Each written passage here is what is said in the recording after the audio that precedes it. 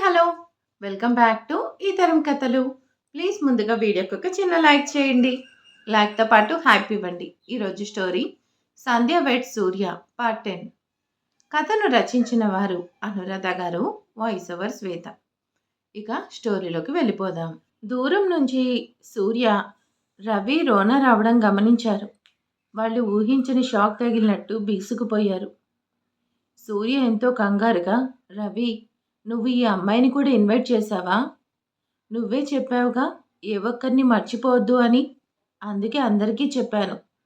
చెప్పమంటే చెప్పేయడమేనా? ఇప్పుడు చూడు, తను స్వయంగా సంధ్య దగ్గరికి పోయింది. నేను భయపడుతూనే ఉన్నాను. ఇప్పుడు చూడు. అయినా నువ్వేమన్నావు? ఆ అమ్మాయి మన ఇంటికి వస్తుందా? సంధ్య ఆఫీస్‌కి వస్తుందా అని కొటేషన్ చెప్పావుగా. ఇప్పుడు తనే స్వయంగా మన ఇంటికి వచ్చింది. నువ్వు నా కొంప ముంచడానికే ప్లాన్ చేశావా? ఇప్పుడు ఈ ప్రాబ్లం నుంచి బయటపడైపోయావా? ఓహ్! నిన్ను చంపడం ఖాయం. రవి కంగారు పడుతూ నన్ను తర్వాత చంపుదువు గానీ, ముందు సంధ్యతో ఏం మాట్లాడకుండా చూద్దాం పద. సంధ్యకి అప్పటిదాకా ఉన్న సంతోషం పోయింది. ఎవరు మీరు? అని కాస్త నిరాశ నిండిన కంఠంతో అడిగింది సంధ్య. ఆమె మనసు చాలా బరువుగా మారింది. ఆమె మళ్ళీ చెప్పింది. నేను సూర్య గారి కంపెనీలో జాబ్ చేస్తాను. నా పేరు రోనా అని చెప్పింది. సంధ్య సూర్య వైపు చూసింది. అతను చాలా టెన్షన్ పడుతూ కనిపించాడు. పక్కన రవి అన్నయ్య కూడా కంగారు పడుతూ ఉన్నాడు. సంధ్యకు అర్థమైంది. ఆమె సూర్య ప్రేమిస్తున్న అమ్మాయి. సంధ్యకు చెప్పలేని బాధగా ఉంది. కానీ అంతలోనే తేరుకొని చాలా అందంగా ఉంది. సూర్యకు సరైన జోడు అనుకుంది. సంధ్య నవ్వుతూ చూడు రోనా, నువ్వు చాలా అందంగా ఉన్నావు. అలాగా, థ్యాంక్స్ మేడం. మీరు కూడా చాలా అందంగా ఉన్నారు. నా సంగతి ఎందుకులే కానీ నీకొకటి చెప్తా. ఏమీ అనుకోదు ప్లీజ్. చెప్పండి మేడం. అబ్బా, ముందు నన్ను మేడం అనడం మానే. నన్ను సంధ్య అని పిలువు, సరేనా? ఇంకొకటి, నువ్వు నీ డ్రెస్ ఇలా చిన్న బట్టలు వేసుకుని ఉంటే చూసే వాళ్ళకి బాగోదు. నువ్వు చేసుకోబోయేవాడికి గౌరవంగా ఉండాలి కదా. అయినా ఆడదాని అందం తను చేసుకునేవాడికి తప్ప మందికి చూపించేది కాదు. అందుకే శారీస్ లేదా సల్వార్ ట్రై చెయ్యి. రోన సంధ్య మాటలకు ఫీల్ అవుతుందేమో అని భయపడింది. కానీ ఆమె చాలా సంతోషపడి అలాగే అండి అని చెప్పి వెళ్ళిపోబోయింది. సంధ్య ఆపి చూడు రోనా, నాకు ఫ్రెండ్స్ లేరు. నీతో ఫ్రెండ్షిప్ చేద్దాం అనుకుంటున్నాను అని అడిగింది. రోనా చాలా హ్యాపీగా ఫీల్ అయింది. అలాగే సంధ్య అని నవ్వేసింది. సంధ్య మనసులోని ఎంత వెంటనే సంధ్య పేరు పెట్టి పిలిచేసింది. గడుసుదే అనుకుంది. పైకి నవ్వుతూ నీ నెంబర్ ఇవ్వు అని అడిగి తీసుకుంది. దూరం నుంచి వాళ్ళు మాట్లాడుకోవడం చూస్తున్నారు సూర్య, రవిలు. కానీ వాళ్ళు ఏం మాట్లాడుకుంటున్నారో తెలియడం లేదు. వాళ్ళలో కంగారు భయం ఎక్కువ అవుతున్నాయి. రోనా వెళ్ళిపోయాక సంధ్య సూర్య దగ్గరికి, రవి దగ్గరికి వచ్చింది. అతను బిక్కమొహం వేసుకొని చూస్తున్నాడు. రవి మెల్లగా జారుకున్నాడు. రవి బయటకు వస్తుండగా రోనా అతనికి ఎదురుపడింది. ఆమెను చూడగానే హడిలిపోయి చూశాడు. రవి గారు, సంధ్య గారు చాలా మంచివాళ్ళు. నాతో ఫ్రెండ్షిప్ చేస్తా అని చెప్పారు అని అతని వైపు రెప్పవేయకుండా చూస్తూ బాయ్ అని చెప్పి వెళ్ళిపోయింది. రవి తడబడుతూ బాయ్ బాయ్ అన్నాడు. ఆమె వెళ్ళిపోయింది. ఆమె వెళ్ళాక రవి ఊపిరి తీసుకుని ఓ గాడ్, ప్రపంచంలో ఇంతమంది అమ్మాయిలున్నారు. ఎందుకు నేను ఈమె పేరే చెప్పాలి అని ఎంతగానో తనని తాను తిట్టుకున్నాడు. సూర్య, నీ సెలెక్షన్స్ చాలా బాగుంది. రోణ చాలా అందంగా ఉంది. నాకు నచ్చింది. నైస్ సెలెక్షన్ అని నవ్వింది. సూర్యకి చాలా బాధ కలిగింది. అతనికి చెప్పలేని వేదన కలుగుతుంది. నా మనసు గెలుచుకున్న నీవు వేరొకరు నా హృదయంలో ఉన్నారంటే ఎలా నమ్ముతున్నావు అని ఆమెను నిలదీయాలని ఉంది. కానీ ఏం మాట్లాడకుండా మౌనంగా నవ్వాడు సూర్య. అందరూ పార్టీని బాగా ఎంజాయ్ చేశారు. రవి సూర్యకి దొరకకుండా తిరుగుతున్నాడు. దొరికితే తంతాడని. అక్కడందరూ సంతోషంగా ఉన్నారు. ఒక సూర్య, సంధ్య, రవి మాత్రం వారి మనసులో బాధపడుతూనే ఉన్నారు.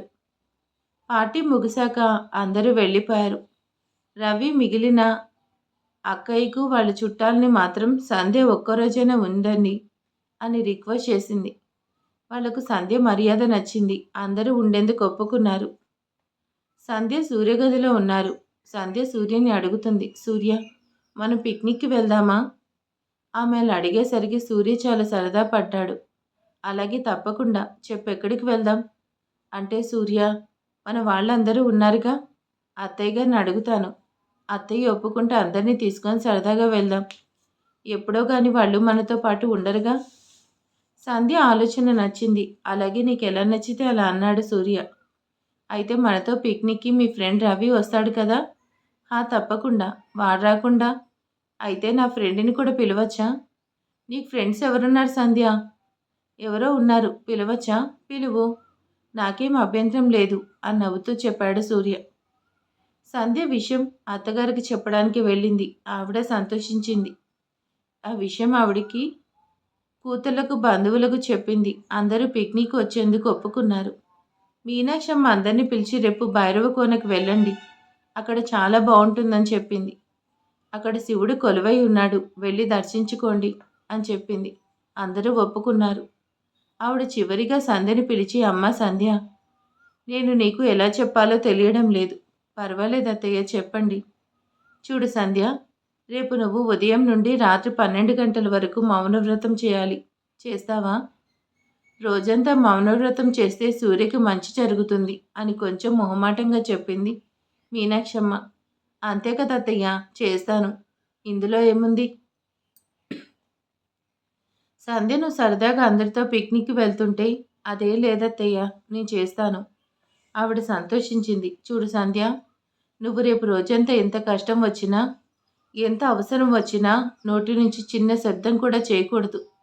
సూర్యకి తెలిస్తే ఒప్పుకోడు. నువ్వే జాగ్రత్త పడాలి.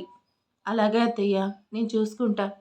అక్కడ శివాలయంలో దీపాలు వెలిగించి అభిషేకం చేయి. అక్కడ అన్ని ఏర్పాట్లు మీరు వెళ్ళేసరికి చేయించి ఉంచుతాను. సంధ్య సరే అని చెప్పి బయటకు వచ్చేసింది. ఆమెకు సూర్యని కాపాడుకుని ఏ అవకాశాన్నైనా వదులుకోవడం ఆమెకి ఇష్టం లేదు. ఇప్పుడు ఆమెకు ఎక్కువ సమయం లేదు. వెంటనే ఫోన్ చేసి రోనాకి కాల్ చేసి తమతో పిక్నిక్కి రమ్మని కోరింది. అందుకు ఆమె సరే అన్నది. తనను రిసీవ్ చేసుకునేందుకు రవి వస్తాడని చెప్పింది. సంధ్య ఆ మాట వినగానే రోణ చాలా సంతోషించింది. చాలా థ్యాంక్స్ సంధ్య అని గుడ్ నైట్ చెప్పి ఫోన్ పెట్టేసిన సంధ్యకు తను చేస్తుంది తప్పు అనిపిస్తుంది, కానీ తప్పడం లేదు. అందుకే రవికి చెప్పి తను పిక్నిక్ ప్లాన్ చేసింది. సూర్యని రోణాని కలపడానికని చెప్పింది. రవి ఆ మాట విని అదిరిపడ్డాడు. ఏంటమ్మా నువ్వు చెప్పేది? మనతో పాటు రోనా వస్తుందా అని కంగారుగా అడిగాడు రవి. అవునన్నయ్య, ప్లీజ్ నువ్వు ఇప్పుడిప్పుడే సూర్యకు చెప్పకు, చెప్తే నా మీదొట్టు. సంధ్య ఏంటమ్మా, సరే చెప్పనులే, థ్యాంక్స్. అయితే రేపు రోనాని పికప్ చేసుకొని వస్తావా నా కోసం? అతనికి చాలా ఇబ్బందిగా ఉంది. తప్పని పరిస్థితుల్లో సరే అని ఒప్పుకున్నాడు. ఇప్పుడు సంధ్యకు చాలా సంతోషం అనిపించింది. సూర్యకి అందరూ ఒప్పుకున్నట్టు చెప్పింది సంధ్య.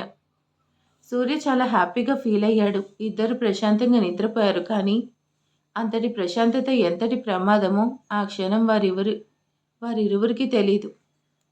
ఉదయం అందరూ నిద్రలేచి హడావిడిగా రెడీ అవుతున్నారు. సంధ్య సూర్యకు అనుమానం రాకుండా అతను లేవకముందే రెడీ అయిపోయి బయటకు వచ్చేసింది. లేదంటే అతను తనతో ఏదొకటి మాట్లాడతాడు. ఆమె బదిలివ్వకపోతే తనకు అనుమానం వస్తుంది. అందుకే తొందరగా బయటకు వచ్చేసింది. అత్తయ్య గారికి నమస్కరించి ఇక్కడ వాళ్ళందరికీ సహాయం చేస్తుంది. శశికళ చాలా హైరాణ పడుతూ మిగతా చెల్లెలతో లగేజ్ సర్దిస్తుంది. అందరికీ త్వరగా రెడీ అవ్వమని కంగారు పెడుతుంది. అక్కడ అలా ఉండగా సూర్య రెడీ అయ్యి రవికి ఫోన్ చేశారు. రవి ఫోన్ లిఫ్ట్ చేసి, ఒక చిన్న పని మీద వెళ్ళాను, 1/2 అవర్లో అక్కడ ఉంటా అని చెప్పి ఫోన్ పెట్టేశాడు. రవికి ఇష్టం లేకపోయినా రోణ ఇంటికి బయలుదేరాడు. సంధ్య చెప్పిన మాట కాదంటే ఆమె ఎక్కడ బాధపడుతుందో అని రోణ ఇంటికి వెళ్ళి కాలింగ్ బెల్ కొట్టాడు.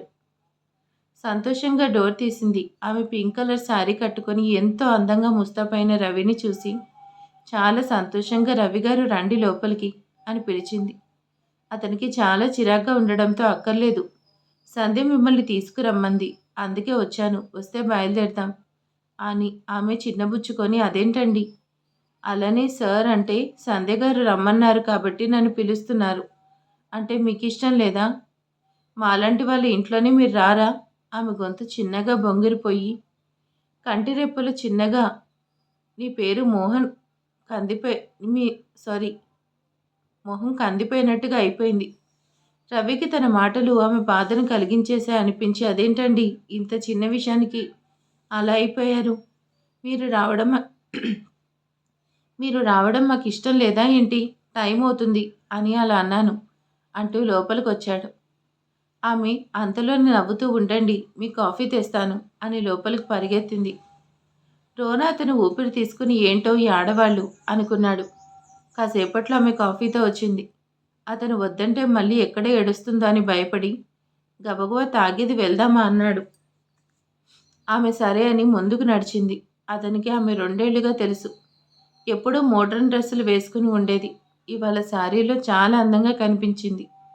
అతనికి ఆమెను మళ్ళీ మళ్ళీ చూడాలనిపించింది. కానీ అంతలోనే ఛీ! నేనేంటి ఇలా ఆలోచిస్తున్నాను అనుకుని నార్మల్ అయ్యాడు. ఆమె కారెక్కుతూ అడిగింది రవిగారు నేనెలా ఉన్నాను? ఆమె ప్రశ్న అతన్ని కాస్త కంగారు కలిగించింది. బయటపడకుండా మీకేమండి? చాలా అందంగా ఉంటారు అన్నాడు. అవునా? థ్యాంక్స్ అంది. అతను చిన్నగా నవ్వుకున్నాడు. ఆమె మళ్ళీ అడిగింది రవిగారు నేనెవరికైనా నచ్చుతానా? అదేంటి అలా అడిగావు? నీకేం తక్కువ? బంగారు బొమ్మలా ఉంటావు. ఎవరికైనా కళ్ళకద్దుకొని చేసుకుంటారు. అవును. ఇక్కడ ఒంటరిగా ఉంటున్నారా? అని అడిగాడు. అవునండి. మామ్, డాడ్ అమెరికాలో ఉంటారు. డాడీకి జాబ్ రావడంతో నేను పుట్టకముందే అమెరికా షిఫ్ట్ అయిపోయారు. మామ్‌కి ఇండియా అంటే ఇష్టం. అలాగే నాకు కూడా. అందుకే ఇక్కడికొచ్చి సెల్ఫ్‌గా జాబ్ చేస్తున్నా అని నవ్వుతూ చెప్పింది. రవికి ఆమె మాటలు నచ్చాయి. గుడ్ అన్నాడు. అంతలో అతనికి భయం మొదలైంది. వాళ్ళు బంగ్లా చేరుకున్నారు. కారు దిగుతూ ఇక్కడ భూకంపం వస్తుంది. నా పనైపోయింది అనుకున్నాడు. అక్కడ అందరూ హడావిడిగా కార్లెక్కుతున్నారు.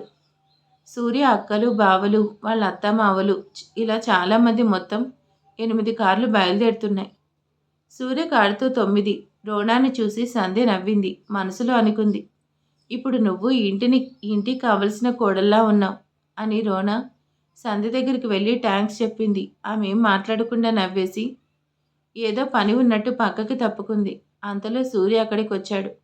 అతను బయటకొస్తూ దూరం నుండి రోనాని చూసి అదిరిపడ్డాడు. సంధ్య కోసం చుట్టూ వెతికాడు. ఆమె అతనికి కనిపించకుండా దూరంగా నిలబడి చూస్తుంది. అతనికి సంధ్య కనపడలేదు కానీ దూరంగా బిక్కమొహం వేసుకుని నిలబడ్డ రవి కనిపించాడు. అతని దగ్గరికి వెళ్ళి కోపంగా వెళ్ళబోతుంటే రోనా అడ్డుపడి గుడ్ మార్నింగ్ సార్. నన్ను సంధ్య గారు పిక్నిక్కి రమ్మని పిలిచారు అని నవ్వుతూ చెప్పింది. ఆ మాట విని సూర్య షాక్ అయిపోయాడు. అతనికి అప్పుడు అర్థమైంది. సంధ్య తన ఫ్రెండ్ని పిలుస్తాను అని అడిగిందంటే ఈమెనా? ఓ గాడ్! నేను ఈడియట్ని. అసలు విషయం తెలియకుండా ఓకే చెప్పేశాను. అయినా ఈ సంధ్యకి ఏమైంది? అన్ని పిచ్చి పనులు చేస్తుంది అనుకొని వచ్చిరాను నవ్వి నవ్వి రవి దగ్గరికి వచ్చి సంధ్య ఏమైందిరా? ఈ అమ్మాయిని అని పిలిచింది. నన్నేమీ అడక్కు. నా నోటితో నేను చెప్పలేను. ఒరేయ్ ఏంట్రా నాకు టార్చర్. అయినా ఇదంతా నీ వల్లే. రవి కలుగ చేసుకుని నన్నంటావేంట్రా? సంధ్య నిన్ను రోణాని కలుపుదామని నాతో చెప్పింది. అందుకే ఈ పిక్నిక్ ప్రోగ్రాం చేసిందట. నన్ను రోణాని తీసుకురమ్మని చెప్పింది. తన ఇంటికి వచ్చేంత వరకు నీకు చెప్పొద్దని ప్రామిస్ చేయించుకుంది. అంటే తనని తీసుకొచ్చింది నువ్వా? రవికి నోరు జారని అర్థమైంది. నాలుక కరుచుకొని సారీరా అన్నాడు. రవి నీకు బుద్ధుందా? తను తీసుకురమ్మంటే తెచ్చేస్తావా? ఉండి నీ పని చెప్తా అని రవిని పట్టుకోబోయాడు. అతను దొరకకుండా అతని కారెక్కాడు. ఇంతలో అందరూ బయటకు వచ్చేశారు. శశికళ తమ్ముడు లగేజ్ అంతా జాగ్రత్తగా పెట్టించరా అంది. సూర్య రవి వైపు చూసి నీ సంగతి తర్వాత చెప్తా అని వచ్చేశాడు. అందరూ కార్లు ఎక్కుతున్నారు. ఒక సంధ్య రోన్ తప్ప అందరూ కార్లెక్కేశారు. సూర్య పక్కన సంధ్య, రవి పక్కన రోనా కూర్చుంటే సరిపోయేది. కానీ కావాలనే సంధ్య రవి పక్కన కూర్చుంది అతని కారులో. సూర్య రెండవ అక్క ఫ్యామిలీ ఉన్నారు. రవి ఏమీ అనలేని పరిస్థితి. సూర్య పక్కన మాత్రమే ఖాళీ ఉంది. రోనాకి రవి పక్కన కూర్చోవాలనుంది. అసలు ఆమె వచ్చిందే రవి కోసం. ఆమె 2 ఏళ్ల క్రితం అతను అమెరికాలో సెమినార్కి వచ్చాడు. అక్కడ అందరితో అతను నవ్వుతూ నవ్విస్తూ బిజినెస్ స్పీచ్ ఇస్తుంటే ఆమెకు అతను ఎంతగానో నచ్చాడు. అతన్ని కలిసి మనసులో మాట చెప్పేందుకు ఎంతో ప్రయత్నించింది. కానీ ఆమె వల్ల కాలేదు. అతను దగ్గరగా ఉంటే ఆమెకు మాటలే రావు. గుండె లయ తప్పుతుంది. పేరెంట్స్‌కి విషయం చెప్పి రవి కోసం ఇండియా వచ్చింది. ఆమెకు జాబ్ చేయాల్సిన అవసరం లేనే లేదు. చెప్పలేనంత ఆస్తులున్నాయి. అంతటితో ఆమె ఒక్కతే వారసురాలు. అయినా అతని కోసం సూర్య ఆఫీస్‌లో వర్క్ చేస్తుంది. ఆమె ఆలోచనలో నుంచి బయటకొచ్చి సార్ మీ పక్కన కూర్చోవచ్చా అని అడిగింది. అతను తన పక్కన సంధ్య కూర్చుంటుంది అనుకున్నాడు. కానీ ఆమె రవి కారులో కూర్చుంది. మనసులో ఎంతో బాధ కలుగుతున్నా పైకి నవ్వుతూ ఓకే అని నవ్వుతూ చెప్పాడు. ఆమె కారు ఎక్కాక కార్ స్టార్ట్ చేసి సంధ్య వైపు చూశాడు. ఆమె ఎంజాయ్ అన్నట్టు కళ్ళతోనే సైగ చేసింది. ఆమె ప్రవర్తన అతనికి ఎంతగానో బాధను కలిగిస్తుందో మనం ఊహించలేం. చేసేది లేక చిన్నగా నవ్వి కార్ను ముందుకు పోనిచ్చాడు. వాళ్ళు కొంత దూరం వెళ్ళాక సంధ్య రవికి ఒక లెటర్ ఇచ్చింది. అతను ఏమై ఉంటుందా అని తెరిచి చూశాడు. అన్నయ్య, నేను ఇవాళ మౌన వ్రతం చేస్తున్నాను. నాకు నువ్వు హెల్ప్ చేయాలి. అతను సంధ్య ఏంటి మళ్ళీ? నువ్వు ఇప్పటికే చాలా ప్రాబ్లమ్స్ ఫేస్ చేశావు. ఆమె ఇంకో లెటర్ ఇచ్చింది. ఇందులో ఎటువంటి ప్రాబ్లం ఉండదు. చక్కగా తింటాను. మీతోనే ఉంటాను. కానీ సంధ్య అని ఇంకా ఏదో అనబోతే ప్లీజ్ అన్నట్టు దండం పెట్టింది.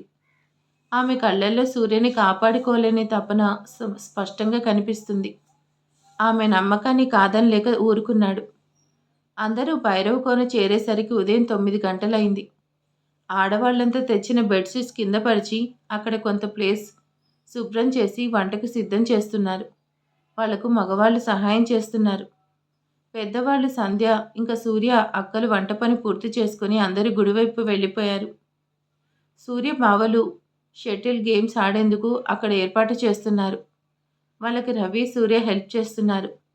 రోనాకు అక్కడ వాళ్ళెవరూ తెలీదు. సంధ్య పిలిచింది కానీ తనతో మాట్లాడలేదు. ఆమె గుడిలో అభిషేకం చేస్తూ బిజీగా ఉంది. సూర్య వాళ్ళ అక్కలు అత్తలు వారి ఆడబడుచులు ఇలా కుటుంబం అందరూ శివాలయంలో హడావిడిగా పూజలు చేస్తూ ఉన్నారు. ఆమెకు విసుగు పడుతుంది. తననెవ్వరూ పట్టించుకోవడం లేదు. తనెంతో ఆశగా వచ్చింది ఇవాళ రవికి తన మనసులో ఉన్న చెప్పేయాలని. కానీ అతను ఆమెను అస్సలు పట్టించుకునే లేదు. చేసేది లేక ఒక చెట్టు కింద డల్గా కూర్చొనుంది. సూర్య సంధ్య దగ్గరికి వెళ్ళాలనుకుని గుడివైపు వెళ్ళాడు. అక్కడ సంధ్య చాలా నిష్టగా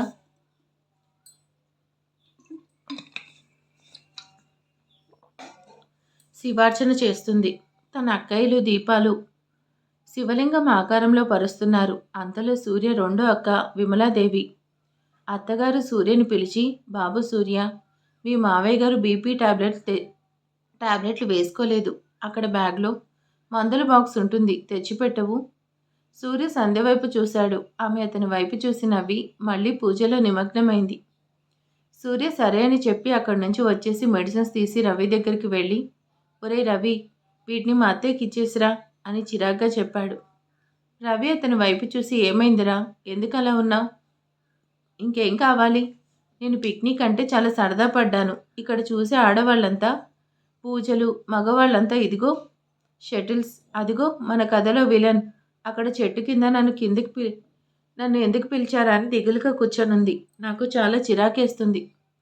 రవి రోనా వైపు చూసి చిన్నగా నవ్వుకొని సరేరా, ఈ మెడిసిన్స్ నువ్వే ఇవ్వచ్చుగా. వద్దురా, మా అత్తయ్య నాసా, వెళ్తే మళ్ళీ ఇంకేదో చెప్తుంది, నువ్వే ఇచ్చేసిరా అని బాక్స్ రవికి ఇచ్చాడు. అంతలో వెంకటేష్ సూర్యని గేమ్ ఆడదాం రమ్మని బలవంత పెట్టాడు. సూర్య కాస్త ఇబ్బందిగానే వాళ్ళ వైపు వెళ్ళాడు. రవి సూర్య పరిస్థితి చూసి కొంచెం బాధపడుతూ గుడిలో ఉన్న పెద్దావిడికి మందుల బాక్స్ ఇచ్చేసి సంధ్యని చూసి జాగ్రత్త అన్నట్టు సైగ చేసి వచ్చేశాడు. ఆమె అతని అభిమానంకి సంతోషపడింది. రవి వచ్చి రోడాని ఏం చేస్తున్నావు అని అడిగాడు. ఆమె అతను తనతో మాట్లాడడానికి వచ్చినందుకు చాలా సంతోషంగా ఫీల్ అయింది. కానీ కాస్త విసుగు చూపిస్తూ ఏమీ లేదండి, నన్ను ఇక్కడికి ఎందుకు పిలిచారో తెలీదు. సంధ్య గారు నన్ను రమ్మన్నారు కానీ నాతో ఒక్క మాట కూడా మాట్లాడలేదు. నేను పిలవగానే వచ్చి తప్పు చేశాననిపిస్తుంది. అయ్యో, సంధ్యనేమీ అనకండి, తను ఇవాళ మౌనవ్రతం చేస్తుంది. ఆ విషయం సూర్యకు తెలీదు, అందుకే వాడి నుంచి తప్పించుకొని తిరుగుతుంది. అలాగా, నేను అనవసరంగా ఆమెను తప్పుగా అనుకున్నాను. అయితే ఉదయం సంధ్య గారు మీ కారులో నన్ను సూర్యగారి కారులో కూర్చోపెట్టడానికి అదా కారణం అనేదో రహస్యం తెలుసుకున్న దానిలా అడిగింది రోణ. నీకు అలా అర్థమైందా అనుకుని చిన్నగా నవ్వాడు. నేను చాలా బాధపడ్డాను తెలుసా అండి. నేను మీతో కలిసి ట్రావెల్ చేద్దాం అనుకున్నాను, కానీ మీ పక్కన సంధ్య గారు కూర్చున్నారు. అని గబుక్కున నోరు జారింది. అతను ఆమె అన్న మాటకు ఉలిక్కిపడి ఏమన్నారు? అన్నాడు. తను నోరు జారానని తెలుసుకుని రవి గారు మీ గురించి చెప్పండి అని అడిగింది. అతనికి అర్థమైంది ఆమె మాట మారుస్తుంది అని. అందుకే ఆమెకు కావాలని తనకు సంబంధించి అన్ని విషయాలన్నీ చెప్పాడు. నేనొక్కడినే కొడుకుని. అమ్మా నాన్న చెన్నైలో ఉంటారు. ఇంక జాబ్ నేను ఇష్టపడే ఫ్రెండ్ దగ్గర ఎంతో ఇష్టంగా చేస్తున్నా. ఇక పెళ్ళంటావా? అమ్మ నెలకి 10 ఫోటోలు పంపిస్తుంది. ఆ అమ్మాయిని సెలెక్ట్ చేసుకోమని. ఆ మాట చెప్తూ రోనా వైపు చూస్తాడు. ఆమె మొహం వాడిపోయింది. అంతే. అతనికి అర్థమైపోయింది ఆమె అతన్ని ఇష్టపడుతుందని. ఆ మాట ఆమె చేతే చెప్పించాలని చూస్తున్నాడు. రోనా అడుగుతుంది. అయితే అమ్మ పంపించే ఫోటోలు ఎవరైనా నచ్చితే పెళ్లి చేసేసుకుంటారా? ఆమె గొంతులో సన్నని జీర. అతను ఇంకాస్త కవ్వింపు చేసుకోవాలి కదండి అన్నాడు. రోనా ఏం మాట్లాడలేదు. అతను మళ్ళీ అన్నాడు. అయినా నాకు నచ్చే అమ్మాయి ఫోటో ఆ అమ్మాయి ఇంతవరకు పంపలేదండి. అవునా? మీకు నచ్చే అమ్మాయి ఎలా ఉండాలి? అతను మనసులో నవ్వుకుంటూ చెప్తున్నాడు. మేని ఛాయ. బంగారు రంగులో ఉండాలి. ఆమె నవ్వుతుంటే చెంపలు చొట్టలు పడాలి. గిలిగింతలు పెట్టాలి. అలాగే కోపం కలిగినప్పుడు ఆమె బుగ్గలు గులాబీలా ఎరుపెక్కి ఎంతటి వారినైనా కవ్వించేలా ఉండాలి అని. అంతెందుకు మీలా ఉంటే చాలండి. లైఫ్ లాంగ్ గుండెల్లో పెట్టుకొని చూసుకుంటా. ఆమెకు సంతోషం బాధ కలగలిపి వచ్చాయి. ఇంకా దాచడం తన వల్ల కాదు. రవి గారు నాలా ఉంటే అంటున్నారు. ఏ నన్నే చేసుకుంటానని చెప్పొచ్చుగా అని ఓపెన్గా అడిగేసింది. అతను ఆ మాట కోసం ఎదురు చూస్తున్నాడు. రోనా ఏంటి నువ్వనేది అని ప్రశ్నించాడు. ఆమె కన్నీళ్లు పెట్టుకుంటూ రవి ఇంకా నా వల్ల కాదు. 2 సంవత్సరాలుగా నేను మిమ్మల్ని లవ్ చేస్తున్నాను. నాకు మీరంటే ప్రాణం. నేను మీకోసమే ఇండియా వచ్చాను. మీకోసమే జాబ్ చేస్తున్నా. రోజులో ఏదో ఒక టైంలో మీరు నాతో వర్క్ సంప సంబంధించి మాట్లాడేవారు. ఆ ఆనందం కోసం రోజులు గడిపేస్తున్నా. మీరు నన్ను చక్కగా మెచ్చుకోవాలని ఎంతో మోడర్న్‌గా రెడీ అయ్యి వచ్చేదాన్ని. కానీ ఆఫీస్‌లో ఎంతమంది అబ్బాయిలు నాకు సైడ్ కొట్టి నన్ను పడేయాలని ట్రై చేశారు. కానీ మీరు నన్ను పట్టించుకునేవారే కాదు. నాకెంత బాధ కలిగేది మీకు తెలీదు. మీతో నా మనసులో ఉన్నది చెప్పాలని ఎంతో ప్రయత్నించేదాన్ని. కానీ మీరు దగ్గరగా వచ్చేసరికి మాట పలకకపోయేదాన్ని. ఎంత అమెరికాలో పుట్టి పెరిగినా నేనే ఇండియన్ ఆడపిల్లని. నా అంతటా నేనే నా ప్రేమ విషయం చెప్పడానికి సిగ్గు, బిడియం. రోజు ఆఫీస్ అయిపోయాక మీరు వెళ్ళిపోతుంటే ఎంత బాధపడేదాన్నో. రూమ్‌లో ఒంటరిగా కూర్చొని ఏడ్చేదాన్ని. మళ్ళీ ఒక సంతోషం ఉండేది. రోజులో ఒక్కసారైనా మిమ్మల్ని చూశాను, కొద్దిసారి మాట్లాడాను అని సంతోషపడేదాన్ని. ఒకసారి మీరు 10 రోజుల పాటు చెప్పా పెట్టకుండా ఎక్కడికో వెళ్ళిపోయేవారు. మళ్ళీ మీరు వచ్చే వరకు నరకం చూసేదాన్ని. రవి గారు నేను మిమ్మల్ని ఎంతగానో ప్రేమిస్తున్నాను. I love you. నన్ను కాదనకండి ప్లీజ్ అని ఎంతగానో దుఃఖించింది. ఆమె ఇన్ని రోజులుగా దాచుకున్న దుఃఖం ఆమె కంట్రోల్ చేసుకోలేకపోతుంది. రవి ఆమె చెప్తున్న ఒక్కో మాటకి ఆనందంతో పొంగిపోయాడు. ఇన్నాళ్ళు ఒక ఈడియట్లా ఆమెను ఎంత బాధ పెట్టానో తెలుసుకున్నాడు. ఇంకా ఆలస్యం చేయకుండా రోనా ప్లీజ్ ఏడవకు. నాకు నువ్వు నచ్చావు. ఐ లవ్ యూ టూ అని గట్టిగా అన్నాడు. ఆమెకు ఆనందంతో మాట రాలేదు. ఎంతో సంతోషం కలిగిన ఏడుపు ఆగలేదు. ఇంకా బెక్కి బెక్కి ఏడ్చేస్తుంది. అతనికి ఆమె అతనిపై ఎంత ప్రేమ పెంచుకుందో అర్థమైంది. ఆమెను ఎలా కంట్రోల్ చేయాలో తెలియక అమాంతం ఆమెను కౌగిల్లోకి తీసుకొని ఆమె అధరాలను అతని అధరాలతో ఎంతో గాఢంగా ముద్దాడాడు. ఆమెకు జరుగుతుంది కలో నిజమో తెలియడం లేదు. ఆమె కూడా అతన్ని గాఢంగా హత్తుకొని అతని మొదటి అతని మొదటి ముద్దుని మరింత తీయగా మార్చుకొని కాసేపు ఈ లోకాన్ని మర్చిపోయి ఉండిపోయారు ఇద్దరు. కొంతసేపటికి నార్మల్ అయి ఒకరిని ఒకరు విడిచి దూరంగా జరిగారు. రోనాకి ఆనందంతో మాటలు తడబడుతున్నాయి. రవి ఇదంతా నిజమేనా? నువ్వు నా ప్రేమను అంగీకరిస్తున్నావా? అవును. ఇంతటి అందాల రాసి నా భార్యగా వస్తానంటే ఎలా వదులుకుంటాను? నన్ను ఇంతగా ప్రేమించి నిన్ను ప్రాణంలా చూసుకుంటాను. ఆమె వస్తున్న కన్నీళ్లు తుడుచుకుంటూ అయితే రేపు పెళ్లి చేసుకుందామా? ఆలస్యం చేస్తే ఈ కల ఎక్కడ చెరిగిపోతుందో అని భయపడుతూ అడిగింది. రవి ఆమె అలా అడుగుతుంటే ఎంతగానో కరిగిపోయాడు. కానీ అక్కడి పరిస్థితి వేరు. సంధ్య రోనని సూర్య లవ్ చేస్తున్న అమ్మాయి అనుకుంటుంది. ఓ గాడ్! ఏంటి పరీక్ష? ఛ! ఆ రోజు నేను రోనా పేరు ఎందుకు చెప్పాను? నాకు బుద్ధి లేదనుకుని తిట్టుకున్నాడు. ఏంటి రవి చెప్పండి. రోనా నేను నిన్ను ఖచ్చితంగా పెళ్లి చేసుకుంటాను. బట్ కొంచెం టైం పడుతుంది. నాకు కొన్ని ప్రాబ్లమ్స్ ఉన్నాయి. అవి తీరేంత వరకు నాకు నువ్వు దూరంగానే ఉండాలి. ఎందుకు ఏంటని అడక్కు. నేను చెప్పలేను. ప్లీజ్ అర్థం చేసుకో. ఆమెకు ఒక్కసారిగా నిరాశ కలిగింది. ఒక్కసారిగా డల్ అయిపోయి సరే రవి గారు. మీకింకా నా ప్రేమ విషయం చెప్పలేదు అనుకుంటా. అంతలో రవి కలుగు చేసుకుని అలా ఎలా కుదురుతుంది? నువ్వు నా బంగారం. నువ్వు మరీ అంత దూరంగా ఉండక్కర్లేదు. నేను ఫోన్లో మాట్లాడుతూ ఉంటాను. ఆఫీస్లో మాత్రం ఎప్పట్లా ఉండాలి అనేసరికి రోనాకి చాలా హ్యాపీగా అనిపించింది. ఎంతో ప్రేమగా అతన్ని హగ్ చేసుకుంది. రవి కూడా సంతోషంగా ఆమెను హగ్ చేసుకున్నాడు. అంతలో ఎవరో వస్తున్న అలికిడి అనిపించి ఒకరినొకరు వదులుకొని దూరంగా జరిగారు. అక్కడికి సూర్య వచ్చాడు. అతను వాళ్ళని చూసి రవి ఏంట్రా ఇందాక నుండి నువ్వు కనిపించలేదు అని ఏదో అడగబోతుంటే రోనా కంగారుగా అక్కడి నుండి వెళ్ళిపోయింది. ఆమె ఎందుకో ఏడ్చినట్టు తెలుస్తుంది. సూర్యకంత అయోమయంగా ఉంది. రవి ఏంట్రా ఏం జరుగుతుంది ఇక్కడ? ఆమె ఎందుకు అలా ఉంది? కొంపతీసి సంధ్య రోనాకి నిజం చెప్పేసిందా? కంగారుగా అడిగాడు సూర్య. రవి నవ్వుతూ అదేమీ కాదు అని జరిగింది చెప్పాడు. సూర్య షాక్ తిన్న వాళ్ళ అయిపోయాడు. ఏంటి? నువ్వు ప్రేమలో పడ్డావా? అది రోనా లాంటి అమ్మాయితోనా? అది కూడా ఆమె వన్ సైడ్ లవ్వా? ఓ గాడ్! ఇది నిజమేనా? అస్సలు నమ్మలేకపోతున్నా. నాకు చాలా సంతోషంగా ఉంది. ఉండు, ఇప్పుడే ఈ విషయం సంధ్యకి చెప్పి మీ పెళ్లి ఏర్పాట్లు చేస్తాను అని సంబరంగా ముందుకు వెళ్ళబోయాడు. అంతలో రవి సూర్యనాపి సూర్య కంగారు పడకు ఆగు అన్నాడు. ఏంట్రా ఇంత మంచి మాట మీ చెల్లికి చెప్పొద్దా అని హడావిడి చేస్తున్నాడు. సూర్య సంధ్యకి ఏమని చెప్తావు? ఏమనేంటి? మన రవికి రోనాకి పెళ్ళి అని బిగుసుకుపోయాడు. అది అందుకే ఆగమన్నాను అని నిట్టూర్చాడు. సూర్యకి తను ఏ మిస్టేక్ చేయబోయాడో అర్థమైంది. రవిని తిడుతున్నప్పుడు అంతా నీ వల్లే. ఆ పేరు చెప్పకుండా ఉండుంటే తొందరలోనే మీ పెళ్లి చేయించేసేవాణ్ణి అని.